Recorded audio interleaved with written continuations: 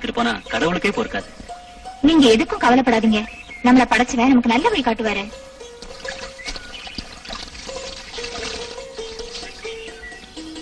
வாங்க வீட்டுக்கு போலாம்.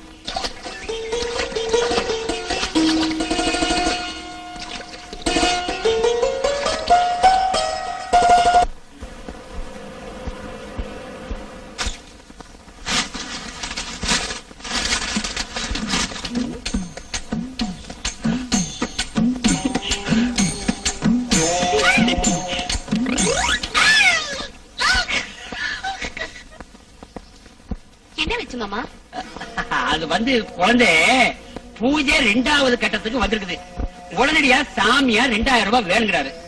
மோகன் சருக்கு ஏதாவது மாற்றம் வந்திருக்கணுமே. எந்த ஒரு மாற்றமும் இல்ல. இப்போ இந்த பூஜையை செய்து முடிச்சிட்டோம்னா நிச்சயம் மாற்றம் வந்தே தீரும். பணம் உடனே கொடுத்தா மாற்றம் ஏற்படும். சரி.